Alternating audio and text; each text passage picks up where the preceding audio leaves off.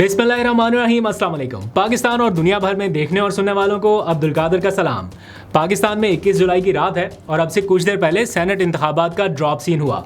कौन जीता, कौन हारा, कौन सेनेटर बना, कौन ऐवान में पहुंचने वाला है, कौन बाहर रह गया, ये सारी डिटेल आपके सामने रखता हूं क्योंकि बहुत सारे लोग पूछ रहे हैं कि पीटीआई वर्सेस ऑल था तो एंड रिजल्ट क्या निकला, पीटीआई के कैंप में बेसिकली क्या चल रहा है, उनका मोड क्या है। तो आप सब लोग भी ये जानना चाहते होंगे तो एग्जैक्ट डिटेल आपके सामने रखता हूँ ताकि आपको अंडरस्टैंडिंग करने में थोड़ी सी आसानी हो जाए।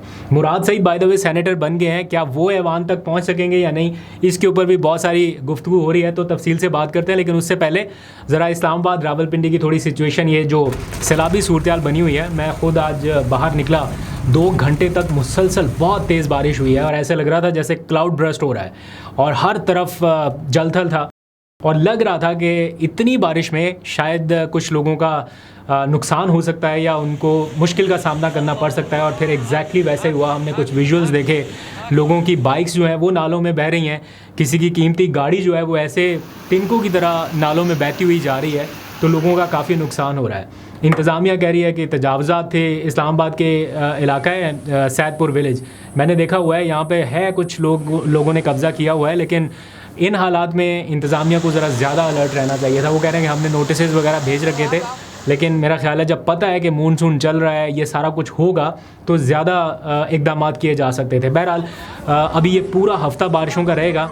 सिर्फ इस्लामाबाद रावलपिंडी नहीं, और भी बहुत सारे इलाके जो हैं, ये खानपुर डैम और इसके मुल्का और जहाँ जहाँ पे बारिशें होंगी वहाँ पर एहतियात की ज़रूरत है। आप लोग भी एहतियात कीजिएगा। आगे बढ़ते हैं, थोड़ी सी बात सेनेट इंतखाबात के हवाले से। इसके बाद फिर इमरान खान के अडयाला जेल के हवाले से भी कुछ अपडेट्स हैं। आज उन्होंने कुछ नए केसेस दायर कर दिए हैं, उसकी भी तफसील आपको बतानी है कि उनको जेल के अंदर जो सहूलियात नहीं मिल रही, उनकी एक फहरिस्त सामने आई है जिसमें बताया गया है कि उनको पहनने के लिए कपड़े जो हैं उसमें भी मुश्किलात का सामना करना पड़ रहा है। क्या डिटेल्स बताई गई हैं आगे चल के बताता हूँ, लेकिन पहले ज़रा इस सेनेट के इलेक्शन की सूरत हाल पे बात कर लेते हैं।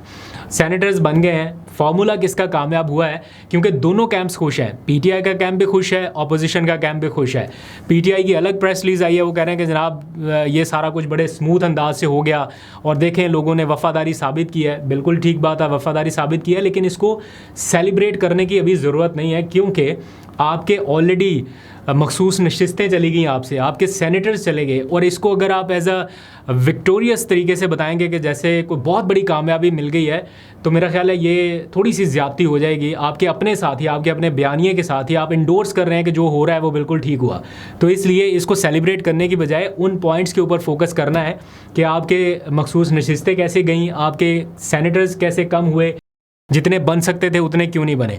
बहरहाल दूसरा कैंप जो है, जो कि अपोजिशन का कैंप है, पीटीआई की अपोजिशन, वो कह रहे हैं कि जनाब अली अमीन गंडापुर साहब का भी शुक्रिया अदा कर रहे हैं, केपी गवर्नमेंट का भी शुक्रिया अदा कर रहे हैं कि जनाब फार्मूले के ऊपर अमल दरामद हो गया, जितना हमने तय किया था उतना हिस्सा मिल गया। तो सारे कैंप्स जो है वो खुश हैं और कोई इस टाइम टेंशन वाली सिचुएशन नहीं है। बहरहाल कल रात जो हमने मनाजर देखे हैं उसमें थोड़े से हमें लगा कि कुछ लोग जज्बाती हुए, जैसे इरफान सलीम साहब ने आखिरी लम्हात में बड़े जज्बाती अंदाज में अपने कागजात से दस्तबरदारी का इजहार किया। खुर्रम ज़िशान साहब डटे रहे हैं, लेकिन आखिर में जाके उन्होंने भी ये कहा कि ये हमारा इंटरनल मामला था जो कि हम एक उसूल की खातिर कर रहे थे, लेकिन अब हमारा अगला मरहला 5 अगस्त की तहरीक है, उसकी तैयारियां अभी से शुरू कर दें। डेफिनेटली अगला मरहला पीटीआई के लिए यही रहेगा। तो ये सारा इस तरह का एपिसोड चल रहा है, यानी दोनों कैंप्स खुश हैं, किसी की जीत किसी की हार नहीं हुई, लेकिन जमहूरियत के हवाले से, या यूँ कह लीजिए हॉर्स ट्रेडिंग का एक ऐसा फैक्टर था जिसका इस बार इस्तेमाल नहीं हुआ, जो कि खुश आइंदा एक वाहिद चीज़ जिसको इत्मीनान बख्श कहा जा सकता है। अदरवाइज़ कोई ऐसी चीज़ नहीं है जिसको सेलिब्रेट किया जा सके कि ये सब कुछ बिल्कुल ठीक हुआ है, आइन कानून के मुताबिक हुआ, जिसका जो बनता था उसको वो मिला, ऐसा बिल्कुल नहीं है। पीटीआई के साथ कहीं ना कहीं ज़्यादती तो हुई है। जल्दी से ज़रा डिस्कस कर लेते हैं कि सेनेटर बना कौन कौन है और इसके असरात क्या रहेंगे। मुराद सईद सेनेटर बन गए, फैसल जावेद वापस रिटेन हो गए, इसके अलावा नूरुल हक कादरी साहब बन गए, आज़म सवाती आ गए, वो मिर्ज़ा अफरीदी साहब जिनका बड़ा चर्चा रहा, तो ये 5 हज़रात तो आगे, साथ में एक खातून है, यानी 6 जितने नामजद किए गए थे इमरान खान साहब की जानिब से, वो सारे सेनेटर बन गए। पीटीआई का इनिशियल इस टाइम पर यही मोटिव था कि जो नाम इमरान खान साहब की जानिब से मंजूर किए गए हैं हमने उनको हर सूरत कामयाब कराना है, और वो उसमें कामयाब रहे हैं। ये ज़रूर उनकी कामयाबी है कि उन्होंने अपना सेनेटर स्लिप नहीं होने दिया, दूसरी साइड नहीं जाने दिया, तमाम 6 के 6 सेनेटर्स उन्होंने बनवा लिए हैं। अच्छा, अब इसमें एक ऑफ द रिकॉर्ड आपको जो मेरे पास मालूमात पहुंची, जो कि बिल्कुल 100% ऑथेंटिक है, वो जल्दी से बता देता हूँ, फिर आगे तफसील पे बात करते हैं। इमरान खान साहब तक जब ये लिस्ट गई है और उन्होंने जब ये अप्रूव किया है तो उस टाइम उनके पास थे 2 लोग, एक बैरिस्टर सैफ, एक दूसरे वकील ज़हीर साहब। तो बैरिस्टर सैफ ने इमरान खान साहब से कहा, ये मैं आपको एग्जैक्ट इन्फॉर्मेशन बता रहा हूँ, शायद आपको कहीं और सुनने को नहीं मिलेगी, आप ज़रा सुनिए, मंजरनामा ज़रा सुनिए। बैरिस्टर सैफ ने इमरान खान साहब से कहा कि जो नाम आपने मुझे कंफर्म किए हैं ये ज़रा ज़हीर साहब के सामने भी आप रिपीट कर दीजिए, ताकि एक एविडेंस हमारे पास और हो, इन केस बाहर जाके हमें बताना है या कुछ करना है तो इनकी गवाही ज़रा काम आ जाए। तो इमरान खान साहब ने कहा कि नहीं, तुम रिपीट करो। तो ज़हीर साहब के सामने फिर बैरिस्टर सैफ ने वो सारे नाम रिपीट किए एंड कंफर्मेशन हो गई, दोनों के नाम मैच हो गए और दोनों बाहर चले गए। फिर बैरिस्टर सैफ ने पहले ब्रीफ किया बाहर आके पार्टी के कुछ लोगों को, एंड देन फिर ज़हीर साहब जो वकील हैं उनको फिर स्पेशल इन्विटेशन पे बुलाया गया। चूँकि वो लाहौर से मेरा ख्याल आते हैं, उनको ख़ास तौर पे बुलाया गया कि अब आप भी आके पार्टी के लोगों को बताइए कि बैरिस्टर सैफ साहब जो बता के गए हैं वो ठीक है या नहीं। तो फिर उन्होंने सारे नाम टैली किए और फिर पीटीआई की पार्लिमानी पार्टी ने कहा कि जब इमरान खान साहब ने ये नाम बता दिए हैं, हमारे पास 2 कन्फर्मेशन आ गई हैं, तो दैट्स इट। इसके बाद ये सारा प्रोसेस हुआ। खैर, अब इसमें बहुत ज़्यादा लकीर पीटने की ज़रूरत नहीं है, सेनेटर्स बन गए हैं। ये ऐसी ऑफ द रिकॉर्ड एक इन्फॉर्मेशन थी, मैंने कहा आपको बता दूँ। अगर कुछ लोगों को होता है ना कि पता नहीं बैरिस्टर सैफ ने नाम गलत ना बता दिए हों, तो ये बात बिल्कुल ठीक है। अदरवाइज़ अलीमा खान साहिबा जो हैं वो स्पेयर नहीं करती, वो इसमें कुछ ना कुछ ज़रूर बात करती हैं, लेकिन उनकी मौजूदगी में चूँकि 2 लोगों ने कंफर्म कर दिया तो वो खामोश रही हैं। अब सबसे बड़ा फैक्टर जो है इसमें वो है मुराद सईद साहब की एंट्री का। मुराद सईद अब सेनेटर बन गए हैं। एक ऐसा नाम है जिसको पीटीआई के कैंप्स में, रैंक्स एंड फाइल में बहुत सेलिब्रेट किया जाएगा डेफिनेटली, कि एक ऐसा शख्स जो बहुत अरसे से रूपोश है वो सेनेटर बन गया।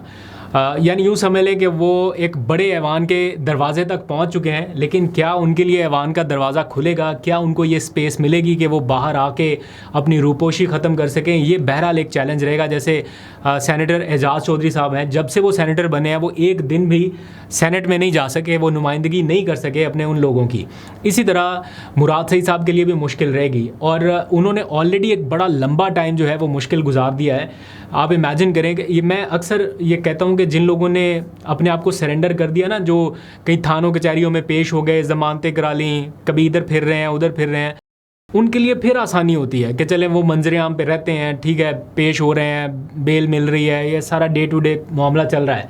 लेकिन जिस बंदे ने मुसलसल रूपोशी में रहना है उसके लिए मुश्किल है। आपने कभी मुराद सईद की वीडियो सुनी है, वो किस तरह बात करते हैं, बिल्कुल सरगोशी में विस्पर कर रहे होते हैं कि कहीं इधर उधर आवाज़ ना चली जाए।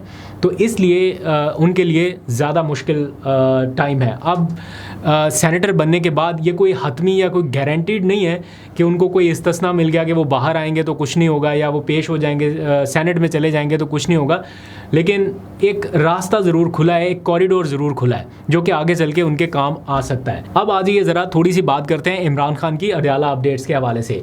आज उन्होंने 2 एप्लीकेशन फ़ाइल की हैं अपने वकला के थ्रू। पहली एप्लीकेशन इस्लामाबाद हाई कोर्ट में दायर की है और जिसमें उन्होंने जेल की जो सहूलियात हैं उन्हें बेहतर बनाने के लिए दरख्वास्त की है कि उन्हें सहूलियात जो जिसके वो हकदार हैं वो नहीं मिल रही। साबिक प्राइम मिनिस्टर हैं, उन्हें A क्लास मिल सकती है लेकिन नहीं मिली, बल्कि जेल हुकाम ख़ुद तस्लीम करते हैं कि इनको B कैटेगरी दी गई है। अब B कैटेगरी में जो सहूलियात मिल सकती हैं उसमें भी वो कह रहे हैं कि जनाब थोड़ी मुश्किलात हैं। और मेरी इन्फॉर्मेशन के मुताबिक अलीमा खान साहिबा जो उनके लिए किताबें लेके गई थी वो वापस भेज दी गई हैं, यानी उन तक नहीं दी गई और वो सारी किताबें लेके वापस आई हैं। वो कह रहे हैं जो दरख्वास्त दी गई है उसके अकॉर्डिंग, मेरी कोई अपनी राय नहीं है, दरख्वास्त के मुताबिक ये कहा गया है कि इमरान खान साहब को किताबें, अखबारात, TV, वर्जिश, ये सारी फैसिलिटीज़ नहीं मिल रही। इसके साथ साथ उनको ज़ाती लिबास और बिस्तर फराहम करने में भी ताख़ीर का सामना करना पड़ रहा है। ये वकला का मौक़िफ़ है, अगेन आई रिपीट, मेरा नहीं, चूँकि मैंने तो देखा नहीं है। वकला अपनी दरख्वास्त में ये कह रहे हैं कि उनको ज़ाती लिबास और बिस्तर फराहम करने में भी ताख़ीर का सामना करना पड़ रहा है। और साथ ही फिर ये दरख्वास्त की गई है इस्लामाबाद हाई कोर्ट से कि एक गज़टेड ऑफिसर जो है वो तैनात किया जाए ताकि हफ्तावार वो सारी सहूलियात का जायज़ा लेकर रिपोर्ट इस्लामाबाद हाई कोर्ट को पेश करे कि क्या वाकई उनको बेहतर सहूलियात मिल रही हैं या नहीं मिल रही। एक चीज़ तो ये बहुत पहले हो जाना चाहिए था, इसमें बड़ी ताख़ीर की गई है, टू बी वेरी ऑनेस्ट बहुत ताख़ीर हुई है, लेकिन देर आए दुरुस्त आए, ये एप्लीकेशन फ़ाइल कर दी गई। अब दूसरा काम क्या है, इस्लामाबाद की एक मुकामी अदालत है जिसके स्पेशल जज सेंट्रल के सामने एक और दरख्वास्त दायर की गई है और ये है तौहीन अदालत की दरख्वास्त। किसके खिलाफ? अडयाला जेल के जो सुप्रीडेंट हैं अब्दुल गफूर साहब, उनके हवाले से ये दरख्वास्त दायर की गई है और इसमें मौक़िफ़ इख्तियार किया गया है कि उनके होते हुए मुलाकातों में रुकावटें आयद की जा रही हैं और बार बार कोशिश के बावजूद उनसे मुलाकात नहीं हो पा रही, तो इसलिए उनके ख़िलाफ़ तौहीन अदालत की कार्रवाई इनिशिएट की जाए। तो मेरा ख़्याल उसके लिए 24 जुलाई के लिए नोटिस जारी कर दिए गए हैं। अब देखते हैं 24 जुलाई को क्या होता है। मीनवाइल कल इमरान खान साहब के सामने ये सेनेट के इंतखाबात के बाद और ओवरऑल ये सारी सूरत बताने के लिए एक मुलाकात होगी और obviously as per schedule, as per routine जो मंगल के रोज़ होती है फैमिली की और वकला की, तो उसके लिए फैमिली के नाम अलग और वकला के 6 नाम अलग चले गए हैं, जिसमें मैंने देखा सलमान अकरम राजा, बैरिस्टर गौहर और बाकी जो सारे लोग जाते हैं, ज़हीर साहब एंड कंपनी, ये जितने वकला बरादरी है, नईम पंजोता वगैरह, इनके नाम डाल दिए गए हैं। 6 लोग मुलाकात के लिए जाएंगे। तो अब देखते हैं, सलमान अकरम राजा साहब की तो एंट्री नहीं हो पाती, बैरिस्टर गौहर या ज़हीर साहब में से शायद कोई जा पाए, अली ज़फ़र साहब का नाम भी शामिल है, शायद वो मुलाकात कर लें। तो 6 लोग देखते हैं कल इमरान खान साहब को इस बारे में क्या जाके ब्रीफ करते हैं। मीनवाइल अब PTI के लिए अगला टारगेट या अगली हिदायत जो जेल से आ सकती हैं वो 5 अगस्त की तैयारियों के हवाले से ही आ सकती हैं कि सेनेट का मरहला अब ख़त्म हुआ, इख्तलाफात जितने भी थे वो यहीं पे छोड़ दिए जाएं और अब आगे 5 अगस्त की तैयारी की जाए।